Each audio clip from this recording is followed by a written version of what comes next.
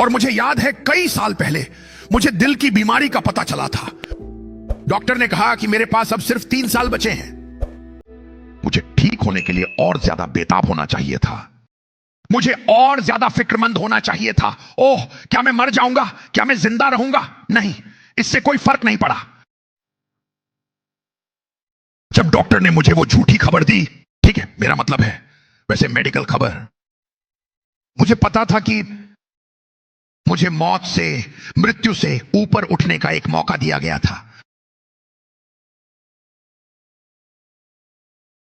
अब उस पल में मेरी उम्मीद थी कि मैं ठीक हो जाऊं, तो मैंने प्रार्थना की, डॉक्टरों के पास गया, मुझे सुबह, रात और दिन दवाइयां दी गईं। और जाहिर है डॉक्टर ने कहा, जो दवा मैंने तुम्हें दी है वो इलाज के लिए नहीं है। तुम्हारा दिल इतना खराब हो चुका है कि हम तुम्हारी हालत को न तो नियंत्रित कर सकते हैं और न ही ठीक कर सकते हैं। और जाहिर है मैं सोच रहा था, आखिर दिल की यह बीमारी किस वजह से हुई होगी। मैंने कभी सिगरेट नहीं पी, मैंने कभी किसी औरत को छुआ तक नहीं, मैंने कभी शराब नहीं पी, मैंने एक पवित्र और शुद्ध जीवन जिया है। 6 साल मुझे लगता है कि यह लगभग 20 साल पहले की बात है। 20 साल और मैं सोच रहा था क्या हो रहा है। मेरा ब्लड प्रेशर काबू में नहीं आ रहा था और मैं उसी मूड और उसी दौर में था। चक्कर आना, सुस्ती और सिर हल्का महसूस होना। मेरा पूरा शरीर किसी ना किसी दवा के असर में था। दवाओं के साइड इफेक्ट्स मुझे इलाज से ज्यादा मार रहे थे। मैं अपनी जिंदगी के हर पल, हर दिन दर्द में था। एक समय ऐसा आया जब मैंने ठीक होने की चाह पर ध्यान देना ही छोड़ दिया। मैंने अपनी जिंदगी ऐसे जीना शुरू कर दिया जैसे मैं बीमार ही नहीं हूं। हां, फिर भी दर्द तो था। मैं दर्द से ऊपर उठ गया, मैं मेडिकल रिपोर्ट से भी ऊपर उठ गया। लेकिन एक बात तय थी, मैंने कभी परमेश्वर पर शक नहीं किया। मैं परमेश्वर से नाराज नहीं था। मेरे पास परमेश्वर से नाराज होने के लिए लाखों वजहें हो सकती थी, क्योंकि मैंने 6 साल की उम्र से उनकी सेवा की और मेरी पूरी जिंदगी उन्हीं को समर्पित थी। तो मुझे यह सब सहना नहीं चाहिए था, मुझे वह सब नहीं झेलना चाहिए था जो मैंने झेला। कई बार मुझे इसकी परवाह भी नहीं थी। मैंने कहा, प्रभु, मुझे नहीं पता क्यों, लेकिन आप रहस्यमय परमेश्वर हैं। आई ट्रस्ट यू, मैं आप पर भरोसा करता हूं। आप सर्वशक्तिमान हैं, आप सर्वशक्तिशाली हैं। हो सकता है मैं पूरी तरह ना समझ पाऊं कि यह दर्द मेरे जीवन में क्यों आया, लेकिन एक बात मुझे पूरी तरह समझ में आती है कि आप प्रेम हैं। God, you are love. आप सिद्ध हैं, आप कभी गलती नहीं करते। तो अगर आपने यह सब मेरे साथ होने दिया है, तो इसका अर्थ है कि आगे मेरे लिए कोई महान योजना रखी गई है। क्योंकि बाइबल कहती है, यीशु ने घोषणा की, उसके सामने जो आनंद रखा गया था उसके लिए उसने क्रूस को सह लिया, उसने उस दर्द को सहन किया, वह उस सब से होकर गुजरा।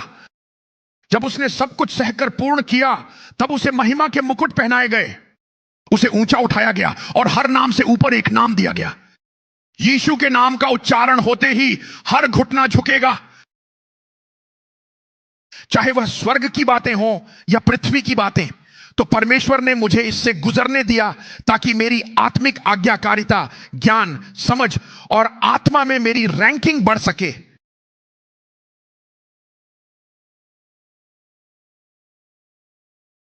और जब मैं 3 साल बाद चंगा हुआ तो मैंने कहा, प्रभु, काश काश आपने इसे और लंबा कर दिया होता। काश प्रभु, क्योंकि अब देखिए, जब मैं चंगा हुआ तब मुझे समझ आया कि उसने ऐसा क्यों होने दिया। उसने मुझे इससे पीड़ित नहीं किया, पर उसने इसे होने दिया। आप जानते हैं, उस पल में, अपने जीवन के उस दौर में मैंने एक बात सीखी कि प्रभु पर भरोसा करना है और उससे प्रेम करना है, भले ही ऐसा लगे या महसूस हो कि वह अस्तित्व में ही नहीं है। मुझे यह सीखना पड़ा कि उससे प्रेम कैसे करें, भले ही वह भरोसेमंद ना लगे। क्या मैं अपना दर्द आप लोगों से शेयर कर सकता हूं? क्या मैं अपनी संघर्षों को शेयर कर सकता हूं? क्या मैं वह सब शेयर कर सकता हूं जिससे मैं गुजरा? जी हां, ऐसा महसूस होता था जैसे वह वहां नहीं है, ऐसा महसूस होता था जैसे वह अस्तित्व में ही नहीं है। मैं इसके लायक नहीं था, मैंने पूरे दिल से उसकी सेवा की थी, फिर उसने यह सब मेरे साथ क्यों होने दिया? मैं 3 साल तक दर्द से क्यों गुजरा? मैं डॉक्टर के पास था, मैं दवाइयों पर था, मैं हर रोज मर रहा था। मुझे 3 बार दिल का दौरा पड़ा। मैं इसके लायक नहीं था, लेकिन मुझे उससे प्रेम करना सीखना पड़ा। मुझे उस पर भरोसा करना सीखना पड़ा जब तक कि वह मेरे लिए रास्ता नहीं बना देता। इग्नोर करना पड़ा, मुझे इग्नोर करना पड़ा।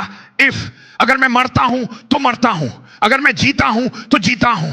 अगर वह मुझे ठीक करता है तो भी मैं उस पर भरोसा करूंगा, अगर वह मुझे ठीक नहीं करता है तो भी मैं उस पर भरोसा करूंगा।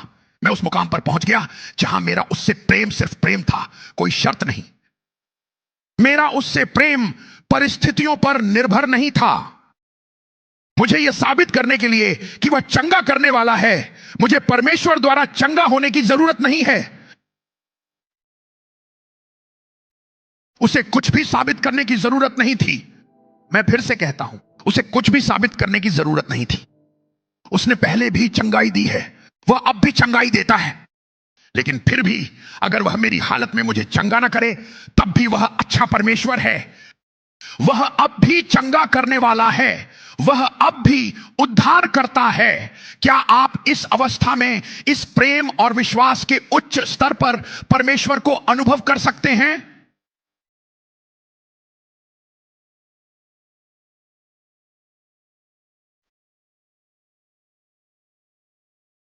आप नहीं जानते कि मेरा पूरा जीवन क्यों समर्पित है।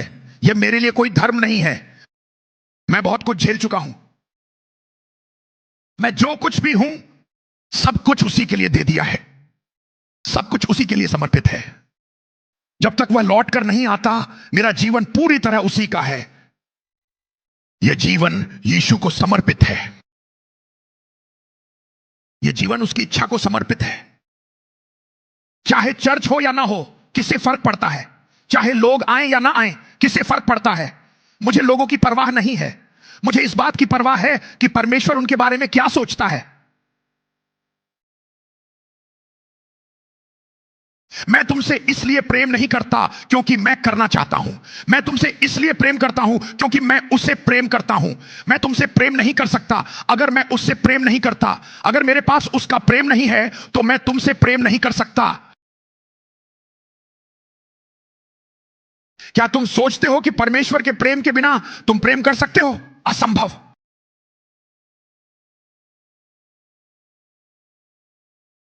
परमेश्वर ही है जो तुम्हारे भीतर अपने भले उद्देश्य के लिए इच्छा रखने और कार्य करने का प्रभाव डालता। आपकी ऑक्सीजन के माध्यम से आते हैं।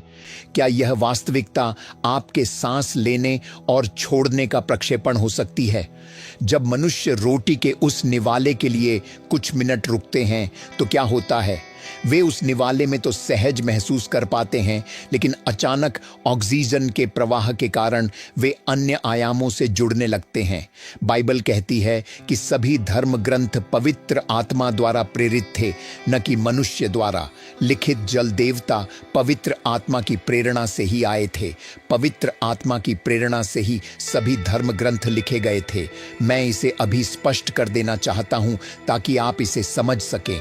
मैं अभिषेक के साधनों के लिए ईश्वर का आभारी हूं। मैं अभिषेक के माध्यमों के लिए ईश्वर का आभारी हूं। हमारे पास बहुत से उपदेशक हैं, आदर पूर्वक स्थानीय चर्चों में बहुत से सदस्य हैं, उपासक हैं और ईश्वर के लोग हैं जो मुख्य रूप से अभिषेक के माध्यम हैं। अच्छे साधन, अच्छे माध्यम, लेकिन अगर आप केवल अभिषेक के माध्यम हैं तो मुझे थोड़ा संदेह है और मैं काफी असहज महसूस करता हूं। मैं जानता हूं कि जब आप गाते हैं तो अभिषेक प्रवाहित होता है, जब आप उपदेश देते हैं तो अभिषेक प्रवाहित होता है, जब आप लोगों के लिए प्रार्थना करते हैं तो अभिषेक प्रवाहित होता है। आप जो कुछ भी करते हैं प्रभु के नाम से करते हैं, क्योंकि यह प्रभु के नाम में है। परमेश्वर का अभिषेक आपके माध्यम से प्रवाहित होना निश्चित है लोगों के कारण। और बाइबल कहती है कि हम 2 या 3 मेरे नाम में एकत्रित होते हैं, मैं वहाँ हूँ। वह वहाँ है, उपदेशक के कारण नहीं, भविष्यवक्ता के कारण नहीं, वह वहाँ अपने नाम के कारण है। यह सभा उसके नाम में है। इसीलिए प्रथम भविष्यवक्ता भी वास्तविक अभिषेक और वास्तविक उद्धार देखेंगे। इसीलिए जो लोग नरक में डाले जाएंगे वे भी अभिषेक के माध्यम के रूप में उपयोग किए जाएंगे। जिस युग में उन्हें नरक में डाला जाएगा क्योंकि वे केवल अभिषेक के माध्यम हैं, लेकिन उन्होंने अभिषेक को बनाए नहीं रखा। आइए हमारे साथ चलें। इसीलिए हमारे पास बहुत सारे माध्यम हैं, लेकिन हमारे पास ऐसे लोग या उपदेशक या अधिकांश लोग नहीं हैं जिनमें महिमा को बनाए रखने, अभिषेक को बनाए रखने और अभिषेक के भंडार के रूप में रखने की क्षमता हो। वे केवल माध्यम हैं। उन्होंने अपने शोक को रोकने के लिए अपने पात्रों को शुद्ध नहीं किया है। वे केवल आपके शोक के प्रवाह का माध्यम हैं, उसे रोक नहीं पाते और इसी कारण वे अंधकार से भरे हुए हैं, बदलते भावों, राक्षसी गतिविधियों और कभी न खत्म होने वाले संघर्षों में डूबे हुए हैं। क्यों? क्योंकि उन्हें पवित्र आत्मा की प्रेरणा नहीं मिली है जो शास्त्रों को प्रकट और उजागर करती है। इसलिए सभी शास्त्र पवित्र आत्मा से प्रेरित हैं, यानी उन्होंने इस पर उपदेश दिया है। यह पवित्र आत्मा की ऑक्सीजन के माध्यम से आता है, यह आत्मा की हवा के माध्यम से आता है। क्योंकि आप देखिए, कोई भी व्यक्ति ऑक्सीजन लिए बिना अगले 20 मिनट तक जीवित नहीं रह सकता। क्या ऐसा हो सकता है कि आपकी दृश्य दृष्टि की वास्तविकता कुछ आध्यात्मिक प्रक्षेपणों का परिणाम हो जो आपकी ऑक्सीजन के माध्यम से आते हैं? क्या यह वास्तविकता आपके सांस लेने और छोड़ने का प्रक्षेपण हो सकती है? ऐसा तब नहीं होता जब मनुष्य सांस लेना बंद कर देता है। सांस रुकने में कुछ मिनट लगते हैं। वे मतिभ्रम कैसे कर पाते हैं? हाँ, अचानक वे ऑक्सीजन के समुद्र तट के कारण अन्य आयामों में प्रवेश करने लगते हैं। ये आयाम या क्षेत्र ऑक्सीजन और कार्बन डाइऑक्साइड का सांस लेना और छोड़ना करते हैं जो हमारी मायावी चेतना में प्रवेश करते हैं। ऐसा क्यों है कि शास्त्र पृथ्वी पर सब कुछ व्यर्थता पर व्यर्थता कहता है? ऐसा क्यों है कि ईश्वर मनुष्य का न्याय करता है और उसे ऐसा मनुष्य कहता है जिसने अपना हृदय व्यर्थता में लगा लिया है? इसलिए प्रेरणा पवित्र आत्मा की सांस है। ईश्वर की आत्मा उसके वचन पर सांस लेती है। ईश्वर का वचन पवित्र आत्मा की सांस द्वारा स्थानांतरित किया गया था और ईश्वर के वचन को समझा नहीं जा सकता। आत्मा की सांस के तल को बंद करने में महारत हासिल करना। चरवाहों और आत्मा की सांस द्वारा आप शास्त्रों में बंद ईश्वर के वचन के रहस्योद्घाटन वरदान को खोल सकते हैं। घातक अक्षरों की सीमा से बाहर निकलकर शास्त्रों के उन आयामों में आ गईं जो जीवन देते हैं। यह गहरी संगति, समर्पण और परमेश्वर के गुप्त स्थान के शासन में जागृत और जीवित रहने से होता है, जहां ईश्वर आपके विचारों का प्रेरक है, जहां मसीह आपके जुनून का केंद्र है। ये वे गतिविधियां हैं जो आत्मा की सांसों को खोलती हैं। हमारे पास बहुत से ऐसे लोग हैं जो शास्त्रों को पढ़ सकते हैं, उनका बौद्धिक विश्लेषण कर सकते हैं, उनके अंशों, व्याख्याओं, सामंजस्य और विवेचन को समझ सकते हैं, लेकिन उनमें आत्मा की वह व्यापकता नहीं है जिससे वे शास्त्रों में छिपी सच्चाइयों को गहराई से समझ सकें। हम अपने बौद्धिक उपजाऊ क्षेत्र में जो देखने की क्षमता रखते हैं उसके लिए हम जिम्मेदार हैं। आप अपने बौद्धिक क्षेत्र में जो बीज बोते हैं उसकी गुणवत्ता ही आपके अमूर्त अनुभवों, ईश्वर के क्षेत्र से प्राप्त भौतिक अनुभवों में आपकी फसल की गुणवत्ता को दर्शाती है। आपकी बुद्धि आत्मा की क्षमता का एक आयाम है। यह एक उपजाऊ भूमि है। आपकी बौद्धिक उपजाऊ भूमि के लिए आवश्यक बीज ज्ञान, रहस्योद्घाटन और सूचना है, क्योंकि आपकी बुद्धि के माध्यम से ही आपका विकास होता है। आपके स्वभाव, आपकी स्थिति और आपके पक्ष का गढ़ उन बीजों से बनता है जिन्हें आपने अपनी बुद्धि को पोषित किया है। एक पीढ़ी को नियंत्रित किया जा सकता है, एक पीढ़ी को नष्ट किया जा सकता है। आप जो जानकारी उस पीढ़ी को देते हैं उसके आधार पर एक पीढ़ी को प्रभावित किया जा सकता है। प्रश्न यह है कि आपने किस स्तर की प्रेरणा, किस स्तर के ईश्वरीय वचन को आपकी बुद्धि में बोया है, जो बाइबल की व्याख्या, रहस्योद्घाटन की समझ और लिखित शास्त्रों के माध्यम से आरोहण के लिए आत्मा की प्रेरणा सुनिश्चित और गारंटी देने में सक्षम है।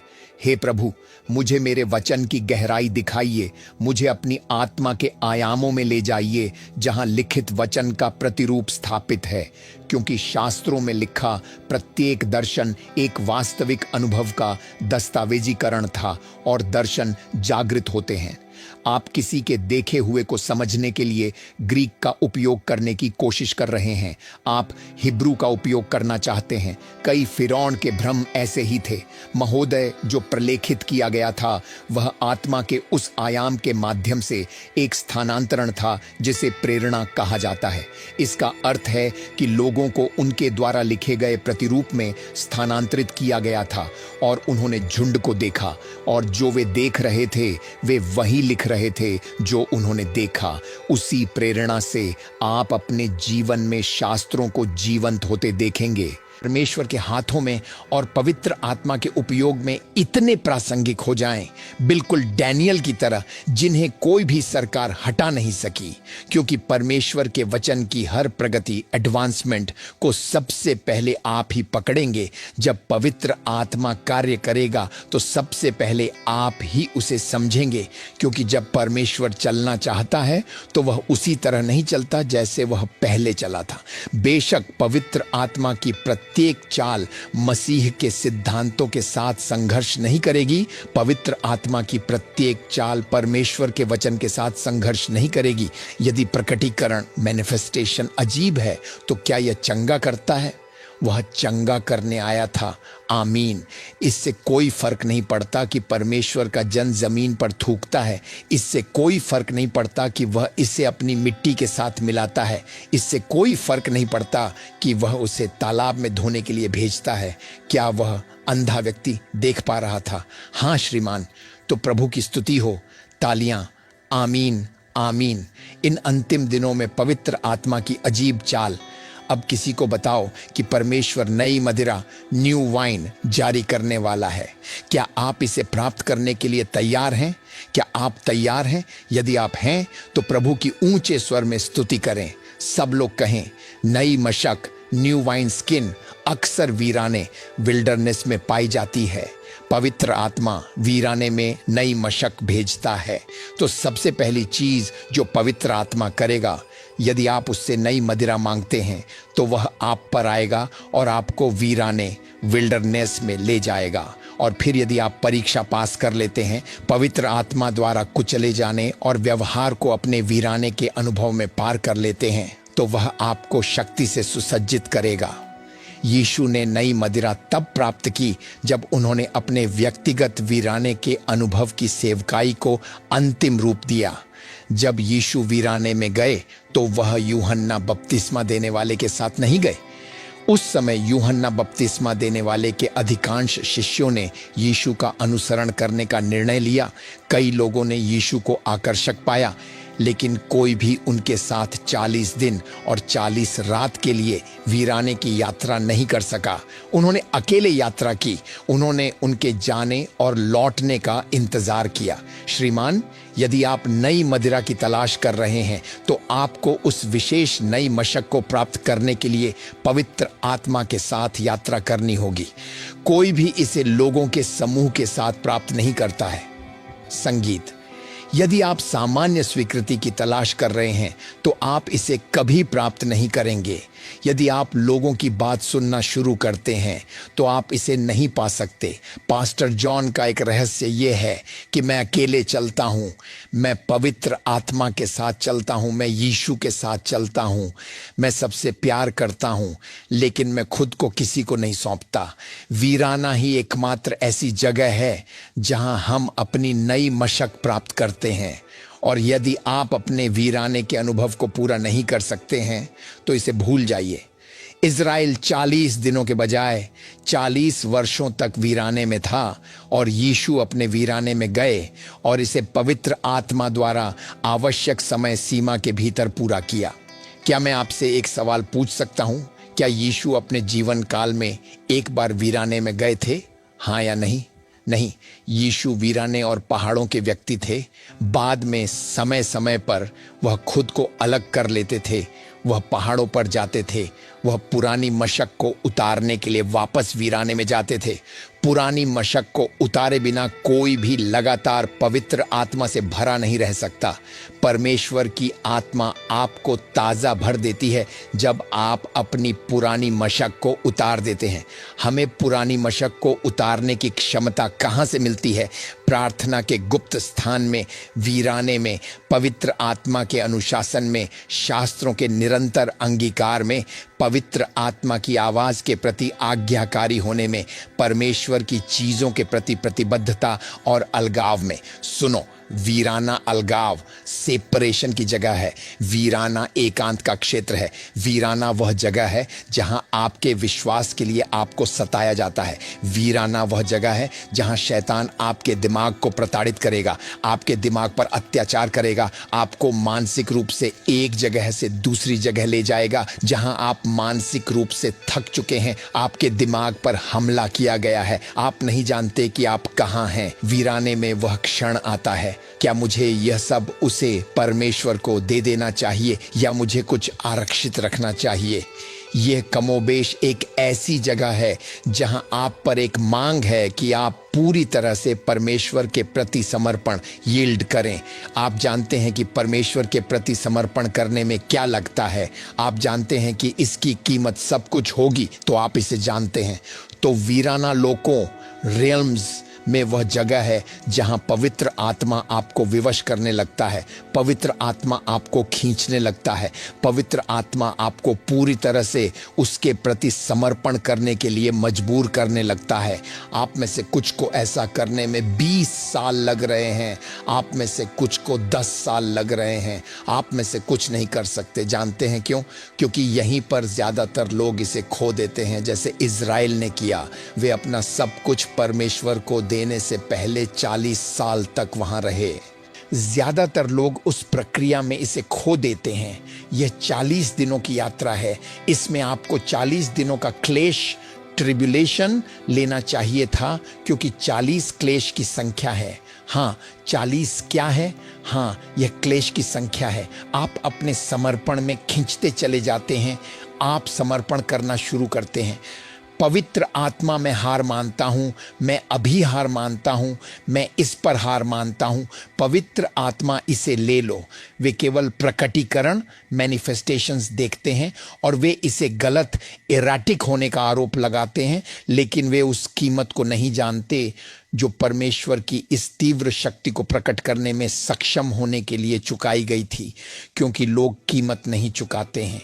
परमेश्वर की महिमा के छिपे हुए तीव्र शक्तिशाली रहस्य लोकों, रेल्म्स में जमा हैं, जो पुरुषों द्वारा अपनी पुरानी मशक को उतारने की प्रतीक्षा कर रहे हैं, ताकि वे पवित्र आत्मा की इस तीव्र, तैलीय, महिमा वाली मदिरा की मेजबानी करने के लिए योग्य हो सकें। आपको क्या लगता है कि यीशु ने परमेश्वर की शक्ति की मेजबानी ऐसे ही की थी? नहीं, उन्हें आत्मा द्वारा शैतान की परीक्षा लेने के लिए वीराने में ले जाया गया था। वहां उन्होंने 40 दिन और 40 रात उपवास किया। शैतान प्रकट हुआ और उन्हें ललचाया, उन्हें पहाड़ों की चोटी पर ले गया, उन्हें मंदिर के ऊपर ले गया, उन्हें इस दुनिया का रहस्य दिखाया, कहा कि वह उसकी पूजा करें ताकि वह उन्हें इस दुनिया के राज्यों के सभी खजाने दे सके। तो उनकी परीक्षा ली गई, उन्हें परखा गया और यीशु ने दुष्ट के प्रलोभनों को हराया। और जब वह वीराने से निकले तो बाइबल कहती है कि वह पवित्र आत्मा की शक्ति के साथ निकले। हालेलुया! उन्होंने अपने समय की नई मदिरा की मेजबानी की। आपको लगता है कि यह आसान है? और फिर जब वह लौटे, ओह हो फरीसी, जिन्होंने कभी उपवास नहीं किया, पाखंडी, व्यभिचार का आरोप लगाने के लिए एक महिला की तलाश कर रहे थे। फिर भी जब यीशु ने कहा, यदि आप उसी व्यभिचार के दोषी नहीं हैं तो पहला पत्थर मारें, तो वे इतने मूर्ख थे कि उन्होंने अपने पत्थर गिरा दिए। देखिए, वे केवल शास्त्र जानते थे, लेकिन उस शास्त्र का उनके जीवन में कोई सामर्थ्य नहीं है, कोई रहस्योद्घाटन, रेवलेशन नहीं है, कोई अंतरंगता नहीं है, कोई संगति नहीं है, कोई प्रतिबद्धता नहीं है। शास्त्र केवल उनके होठों पर थे लेकिन उनके दिलों में नहीं, क्योंकि यदि शास्त्र आपके दिल में है तो यह आपको मजबूर करेगा, आप इसे रोक नहीं सकते, यह आपको वीराने में खींच ले जाएगा। यदि आप शास्त्रों द्वारा निर्देशित हैं तो आप हमेशा बाद के चल रहे वीराने के उपहार द्वारा अलग थलग आइसोलेटेड रहेंगे। जब परमेश्वर आपको बढ़ाना चाहता है तो वह आपको एक नए संगीत वीराने में भेज देगा। तो हर नई मशक कहाँ पाई जाती है? वीराने में, जहाँ पवित्र आत्मा हमें आगे के प्रशिक्षण और आध्यात्मिक विकास के लिए ले जाता है। पवित्र आत्मा का वीराना बादलों और अग्नि के खंभों द्वारा निर्देशित होता है। जब परमेश्वर एक आदमी को वीराने में भेजता है तो वह उसे ऐसी जगह पर रखता है जहां वह दिन में बादल से घिरा होता है और निश्चित रूप से अग्नि के खंभों द्वारा सुरक्षित होता है। आग ईश्वरीय मुलाकातों, डिवाइन विजिटेशंस के डोमेन का प्रतिनिधित्व करती है। परमेश्वर आग में प्रकट होता है, परमेश्वर अगम्य प्रकाश में निवास करता है। तो अग्नि के खंभे जो वीराने में एक आदमी को घेरते हैं वह एक जगह है। वीराने में परमेश्वर का एक आयाम है जो अलौकिक आवरण, सुपरनैचुरल कवरिंग को खोलता है। संगीत परमेश्वर आग के माध्यम से प्रकट होता है। तो वह अग्नि का खंभा जो इज़राइल के साथ मध्य रात्रि में चलता था वास्तव में एक आध्यात्मिक पोर्टल था जिसके माध्यम से परमेश्वर मध्य रात्रि के समय अपने अलौकिक आवरण को प्रकट करता है, क्योंकि रात में ही लोग परमेश्वर का सामना करते हैं। आप जानते हैं कि लोग रात में परमेश्वर का सामना क्यों करते हैं? तब आपका शरीर सोता है, तब यह भ्रम, यह चेतना कमजोरी में पड़ जाती है। तब आपकी आत्मा प्रभु से सुनने के लिए या राक्षसों या आत्माओं या जिसे आप सपने कहते हैं उनसे बातचीत करने के लिए अपने लोकों रेल्म्स में जागती है। आपके सपने में दिखने वाली हर जीवित चीज एक आत्मा है, वे इंसान नहीं है। यह आपकी आत्मा है जो अन्य आत्मिक प्राणियों के साथ बातचीत कर रही है। तो जब परमेश्वर आपको वीराने में भेजता है तो वह क्या कह रहा है? आओ और मेरी उपस्थिति से परिचित हो जाओ, आओ और मेरी उपस्थिति को विकसित करो। वहां आप मेरे प्रकटीकरण की विविधताओं से परिचित होंगे। दिन में आप मुझे बादल के रूप में निहारेंगे, रात में मैं आपके पास अग्नि के खंभे के रूप में आऊंगा। और मुलाकातों की उस श्रृंखला में सुनो, वीराने में हर गतिविधि अलौकिक है। वास्तव में वीराना अलौकिक का स्कूल है। अलौकिक का बौद्धिक अध्ययन नहीं, अलौकिक पर किताब पढ़ना नहीं, किसी और की किताबें या अलौकिक के अनुभव पढ़ना नहीं, यह लोकों रेल्म्स में एक अनुभव है। वीराने का अनुभव इसी बारे में है। जब यीशु अपने वीराने में थे तो उन्होंने लोगों के साथ बातचीत की, शैतान उन्हें ले जाता। फिर भी एक जगह जब इज़राइल अपने वीराने में था, उन्होंने रात में अग्नि का खंभा देखा जो वीराने में कहीं से भी नहीं आया था। स्वर्ग से मन्ना बरसा। वे सुबह उठते हैं और भोजन बरसता था और वे सभी इसे इकट्ठा करते थे। वीराने में एक चट्टान के पैर थे, जहां भी वे जाते थे एक चट्टान उनका पीछा करती थी। जब उन्हें पानी चाहिए था तो चट्टान ने पानी दिया। ये अजीब चीजें हो रही थीं, ऐसी चीजें जो कभी नहीं हुई थीं। तो जब परमेश्वर आपको वीराने के दायरे में बुलाता है, जब परमेश्वर आपको वीराने में बुलाता है तो यह आपको इस प्राकृतिक भ्रम, सीमाओं और असंभवताओं से हटाने और आपको अलग अलग चीजें, अलग अलग लोक दिखाने के लिए है। तो हाँ, ताकि आप अलौकिक से परिचित हो सकें। पवित्र आत्मा का वीराना बादलों और अग्नि के खंभों द्वारा बनाया गया है। वीराना नई मशक का रास्ता है।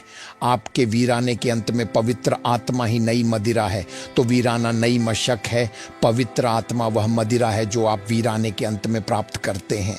आत्मा की विविधताएं, लेकिन एक ही आत्मा। जब परमेश्वर किसी भी व्यवस्था में नए सिरे से चलना चाहता है तो वह अपनी आत्मा को उस चाल के संस्करण में भेजेगा और फिर वह एक वीराना बनाएगा और फिर पवित्र आत्मा को वीराने के अंत में रखेगा। तो जो कोई भी उस वीराने से गुजरने के योग्य होगा उसे पवित्र आत्मा का वह संस्करण विरासत में मिलेगा, जैसा कि परमेश्वर ने उस वीराने के अंत में रखा था। तो वीराने के उपहार को गले लगाओ। किसी को बताओ, वीराने के उपहार को गले लगाओ। परमेश्वर की हर चाल वीराने पर लिपटी हुई है। प्रभु की स्तुति हो।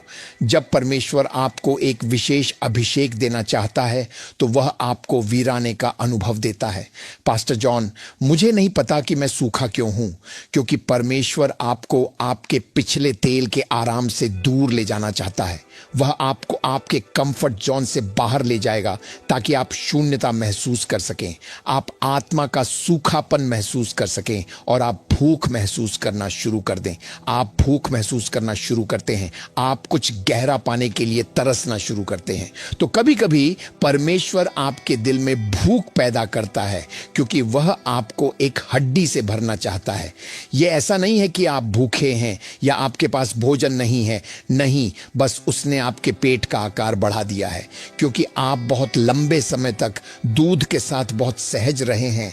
लेकिन परमेश्वर ने कहा, मुझे लगता है कि दूध ने आपको पर्याप्त पोषण दिया है कि आपके पेट की क्षमता मांस के लायक होनी चाहिए, तो वह आपको भरने नहीं देगा, वह आपको भूखा रखेगा। भले ही आपने अपना दूध ले लिया हो तो वह आपको दूध से भरे होने से हटाकर मांस के लिए तरसने और भूख लगने की ओर ले जाएगा।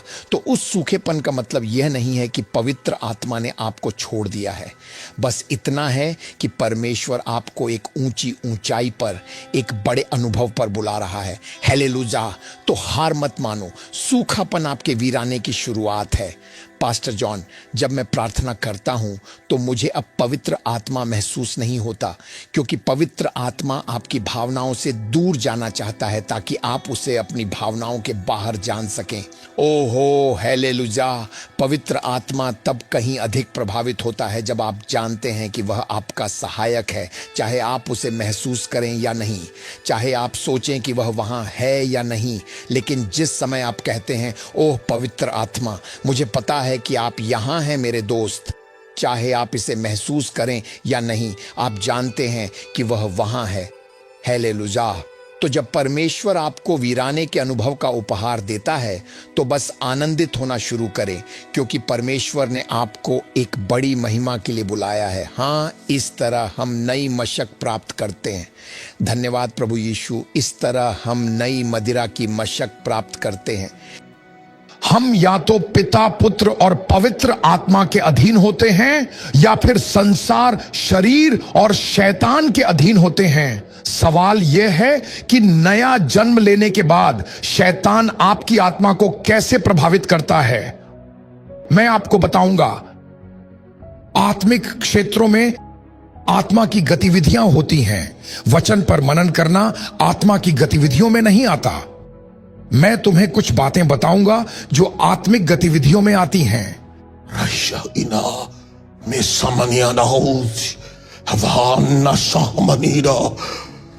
हर समय प्रार्थना में बने रहने की क्षमता और उस स्तर तक बढ़ना जहां से तुम अपनी शक्ति आत्मिक क्षेत्रों से खींच सको, न कि अपनी भावनाओं से।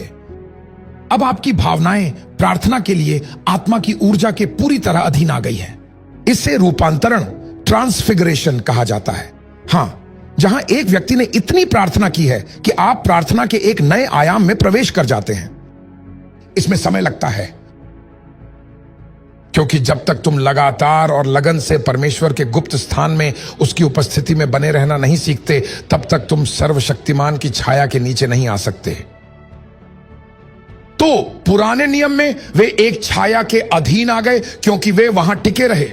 वह छाया एक शक्तिशाली, अटूट ऊर्जा और वहां निरंतर टिके रहने की अद्भुत क्षमता बन गई, बिना किसी भी कमजोरी के, बिना किसी भी थकान के। लेकिन किसी को उस गुप्त और एकांत स्थान में लंबे समय तक टिके रहना होगा, अपने शरीर से लगातार जूझते हुए।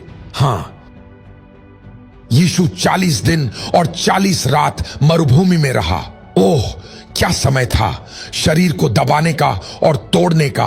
और फिर अंत में वह परमेश्वर की महिमा के नीचे आया, या पुराने नियम में कही गई उसकी छाया के नीचे आया, पर नए नियम में उसे कहते हैं उसकी उपस्थिति का प्रकाश। अब वही है जहां से प्रार्थना करने की शक्ति आती है। अब वही है जहां से उसकी उपस्थिति में लंबे समय तक टिके रहने और ठहरने की क्षमता आती है।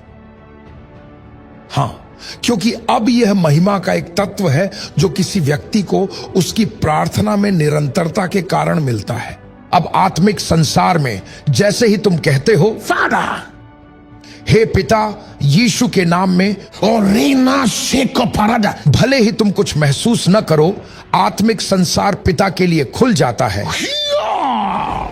वहां एक सीधा मार्ग खुल जाता है जो आत्मा के आयामों को पार करता है। शैतान तुम्हारी कंपन और तरंगों को सुन लेता है। हां, सुनता है। हर आत्मिक आयाम जान जाता है कि किसी ने स्वर्ग से संपर्क जोड़ा है, पर क्योंकि तुम्हें यह समझ नहीं, तुम बस प्रार्थना शुरू कर देते हो और तब शैतान आता है।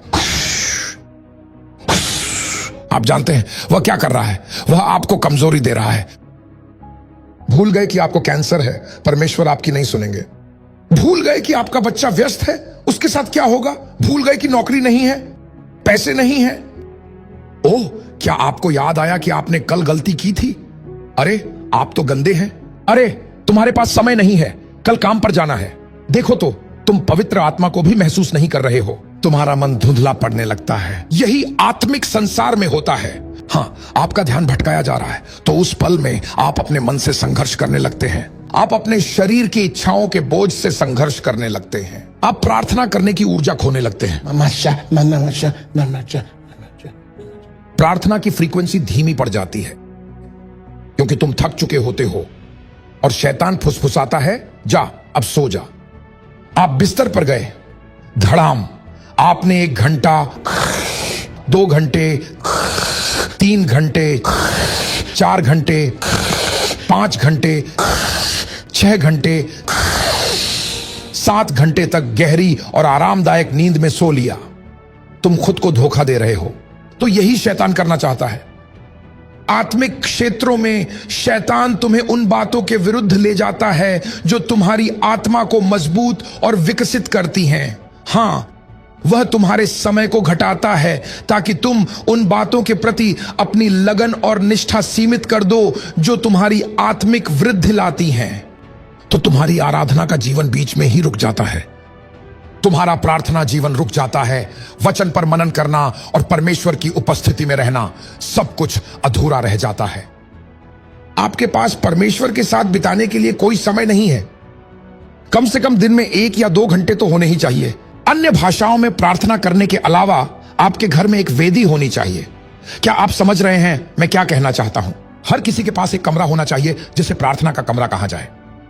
आपके बच्चे को पता होना चाहिए कि यह मेरी प्रार्थना की जगह है। हां, जब आप उस जगह में प्रवेश करते हैं तो वह घुटनों पर जाने की जगह है। उसे तैयार करें। वहां रहस्यमय चीजें खरीद कर मत रखें। No no no no no no. यह वह जगह है जिसे आपने तैयार किया है और अपने गुप्त प्रार्थना स्थल के लिए रखा है। जहां आप प्रवेश करते हैं, आप उसे अपना पवित्र स्थान कहते हैं। जैसे ही मैं खुद को यहां बंद करता हूं, मैं यहां 2 घंटे तक रहूंगा और कुछ भी मुझे बाहर नहीं निकालेगा।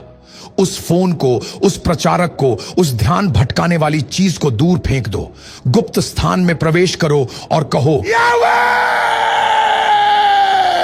अगर आपको खुद को उठाने के लिए गीतों की जरूरत है तो एक पल के लिए वह गीत चला लो। उसके बाद उस गीत को बंद कर दो, क्योंकि आपको बिना गीतों के यात्रा करना सीखना है। जब यीशु उजाड़ मरुस्थल में थे, कोई आत्मिक गीत नहीं था जो उन्हें ऊपर उठा सके। जब मूसा पहाड़ों पर गए, कुछ भी नहीं था जो उनकी मदद कर सके। उसे अपनी आत्मा को सक्रिय करना सीखना पड़ा। वह आत्मा की धुन को पहचानने लगा। हां, वह आत्मा में प्रवेश करने लगा, हालांकि शरीर अब भी वहां मौजूद था। वह शरीर का भारीपन वहां है। आप जानते हैं, बाइबल कहती है कि शरीर प्रार्थना को तैयार नहीं होता, इसलिए उसे शरीर से बाहर निकलना सीखना पड़ा। आत्मा की तरंग ढूंढनी पड़ी, क्योंकि कहीं आपकी चेतना में आत्मा है। उसी में है आपकी आत्मा। ठीक आपकी चेतना में वहां शरीर का बोझ है जो आपको प्रार्थना नहीं करने देना चाहता। ठीक आपकी चेतना में आपकी कल्पनाओं की इच्छाएं हैं जो विरोधी हैं, जो आपकी प्रार्थना में आत्मविश्वास पर हमला कर रही हैं। इसलिए आपको अपनी आत्मा को खोजना शुरू करना चाहिए। आप खोजना शुरू करते हैं। जैसे ही आपको वह इच्छा महसूस होती है, वहां एक आग होती है, आप उसमें प्रवेश करते हैं। आप उस इच्छा को पहचानते हैं, आप वहां प्रवेश करते हैं, फिर आप ऊपर उठते हैं और अपनी कल्पनाओं और शरीर के बोझ से कट जाते हैं। समझना चाहिए कि मानव चेतना धुंधली होती है, मानव चेतना मिश्रित होती है, यह मिली जुली होती है। इसलिए आपको वह खोजना चाहिए जो आत्मा का है। जो कुछ भी शरीर का है उसे कुचलें, अनदेखा करें, शांत करें, क्योंकि आपकी चेतना का एक हिस्सा शरीर, अज्ञानता, अंधकार, विरोधी कल्पनाएं, विचार, ऊर्जा है जो आपकी आत्मा के विपरीत है, और साथ ही आपकी आत्मा की ऊर्जा भी है। ये सब एक ही में है। खोजना चाहिए, ट्यून करना चाहिए। ठीक वैसे ही आप अपनी कार में बैठते हैं तो रेडियो स्टेशन ट्यून करते हैं, है ना? आप एयरवेव्स को ट्यून करते रहते हैं जब आप उस खास स्टेशन तक पहुंच जाते हैं जिसे आप सुनना चाहते हैं। जब आप ट्यून कर रहे होते हैं तो आपको अलग अलग स्टेशन मिलेंगे। कुछ पे गाना चल रहा है, rock me baby, sex sex, और कुछ पे आप देखेंगे आप उस फ्रीक्वेंसी से हट जाते हैं। जब आप अपनी चेतना को ट्यून करते हैं तो आप अपने अतीत से गुजरते हैं, आप अपनी बीती गलतियों से गुजरते हैं, आप इच्छाओं से गुजरते हैं। जैसे जैसे आप ट्यून कर रहे हैं, मुझे पता है कि आप संघर्ष कर रहे हैं, लेकिन कुछ कहता है कि हार मत मानो, हार मत मानो, कोशिश करते रहो।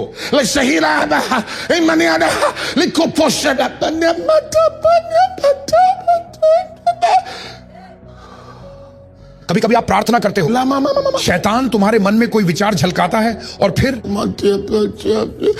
हार मत मानो, कहो यीशु का लहू। आप फिर से आत्मा में उठते हैं,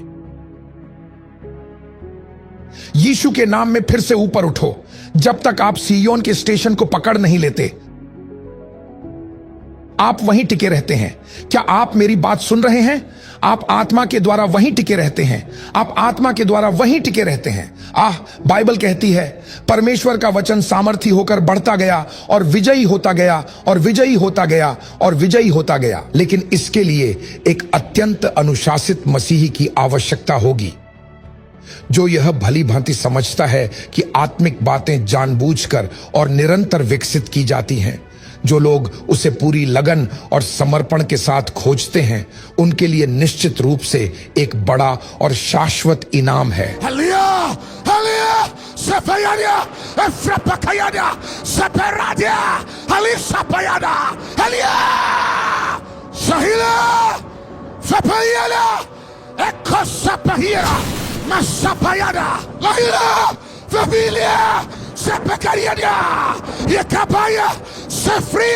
Sefria, Perica Payada, Anto Sapane Kavayada, Sa Emparadia, Evahila, Elina, Sefahila, Ekabari.